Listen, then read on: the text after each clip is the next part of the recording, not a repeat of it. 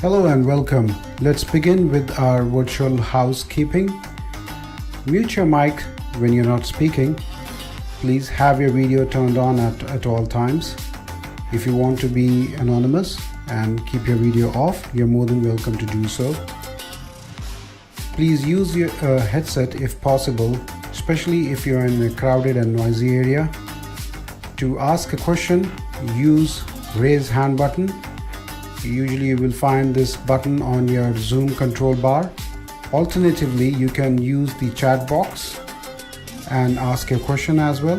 For high resolution of this video stream on Zoom, use the switch to share content button on top left of your screen. With the experience that we had with Zoom, the legibility of text presented in the presentation is much clearer on a screen size of 12-inch or above. So we will appreciate if you use the 12-inch or above screen size for legible text.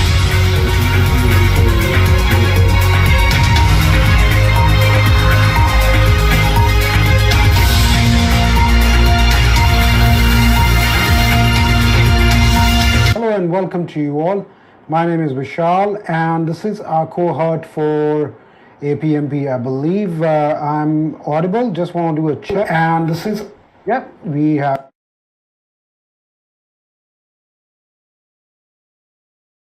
good now mic check. It's very important. We usually the microphone actually lets us down. Give me just one moment. Let me just add a couple of our colleagues who are joining on Zoom with us. While we talk about that, we are live on Zoom. We are streaming live on LinkedIn. We are streaming live on YouTube, Facebook, and that's pretty much it. Other than, so people who want to interact, they mostly come on the Zoom and they post their questions. And of course, the others are also more than welcome to join in from the other platforms. Okay, so with that, we will start our cohort today. This is a 15 minutes cohort of Association for Proposal Management Professionals, people who are in the bid industry. In a more simpler words, if you are doing tenders, if you're doing quotations, if you are a pre-sales guy, this is or if you, for that matter, if you are a business development guy, professional rather than a guy, that's not the right word, and my bad. This is the association for you. This association has a body of knowledge and it has certifications as well. I am foundation certified already. Very soon I will be appearing for my practitioner's exam as well, and hopefully I will clear by flying colors. And that's it. So this is the industry. If you want to know how the industry is actually, what is the ho-hum of the industry and how the industry is handling your colleagues and your peers in the same or on a different organization, how they are tackling the day-to-day problems and how they are making their life easy and letting the people inside the organization as well know what all information is required to compile a bid. This is the place, and you will see that every one of us who are especially in the bid have crunch of time. We are always at the mercy of time. We try to get as much information as possible and try to make a responsive bid by which people who are actually joining with us, as far as the bids are concerning, I mean, just one moment. So as far as the bid, we are doing it to the client, so they can emotionally as well as, of course, technically connect with us, because it's the emotional touch or emotional connect when you make up with your client, as far as the bids are concerned, is the point wherein you start selling. It's a very key takeaway. And the bids does not start from the day it has been released into the market as an open bid or a closed bid. A bid starts from the day that the client has a need identification done. they want to purchase it, and there are some terms, for example, business case, which they want to put it to their management and say, sir, let's say they want to buy a fancy new software and fancy new hardware, a new PC, touchscreen PC. So they will put a business case to their management and convince them why they should be investing money in this.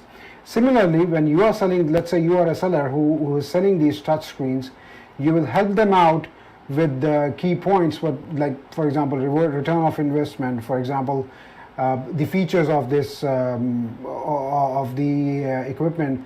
Secondly, for the example, perhaps for the how you can they can shorten the learning curve of the people who are going to use it. As far as training is concerned, just let's take an example. As far as training is concerned, the end user with the software. So that's what we talk about in this book club, and I'm doing a refresher of session number 25. Somebody in our book club, they said let's do that again, and perhaps they are already live, they are already listening in, and I said okay, no problem, we will do the refresher of the session number 25. Since we are a book club, we welcome criticism in a way wherein we get blamed that what we are doing is simply reading the book. Excuse me, we are a book club, and that is what we are supposed to do, right? So welcome to session number 26, and we will move on. As far as the first, understanding business development, I will not go into that because we only have 15 minutes. Focus on the customer. We are in this knowledge area at the moment as far as the body of knowledge is concerned of APMP. From focus of the customer, we already seen compliance and all those topics till the time you see this the box linking opportunity plans and proposal content. Now the APMP body of knowledge, actually if you read the book from top to bottom, it's not a book in the first place. It comes in actually online. They have bok.apmp.org, and if you read it that way, it's more or less like a logical collection of best practices. So let's say you're setting up a business or you're upskilling one of your business, you will start with understanding business development, okay? Then you will move into focus on the customer. Then of course you have a customer, you got your customer understanding. Now you need to lead your team to find out, lead your team to get those information out to them and make the customer understand and convince with your product. Okay, so that those things keeps coming up. Then manage your processes. Now processes are set understanding rules and the way the thing you do across the organization is more or less process. If what happens, it's like in a relay race, there is the baton that the people have. So in a relay race, if one team member is supposed to run the race to some extent, and then he or she is supposed to give the baton to the other person, so that output of this guy becomes the input for the next guy, and this input, if it is not correct, the other guy will not be able to run his part of race in an efficient manner. So that's the reason managed processes is required. And of course, to manage these processes, you will need tools and systems, and then you create the deliverables, which will be submitted to the client. Okay, your deliverables can be your bid submission, can be perhaps a business case as well, because they will come to you either by a complete building of a business case from the scratch, or you use boilerplates where you can pick up from the other places. Like for example, if it's a out-of-the-shelf product, you might want to pick up some of the features from here and there and build up your document and give it to the client. And the last, of course, train your staff. Very important. If you do not train your staff and if you do not upskill them, and of course give them enough resources for their own work, they might turn into a disengaged member. That's a very scary figure or research that was done by Gallup. They say more than half of your employee are not engaged, and these are not toxic people. Toxic people among those your people are only 19%. Okay, and 16% are people who are actually into are engaged. So you need to give them those tools and information so that they can do their work as a team leader. So we are looking at linking opportunity plans and proposal content. Now this part comes into being once when the company was before the RFP was released. What they do is they create the opportunity plan and they create some content so that they can give it to, they as in your team, as in the bid professional. They give this content to the client.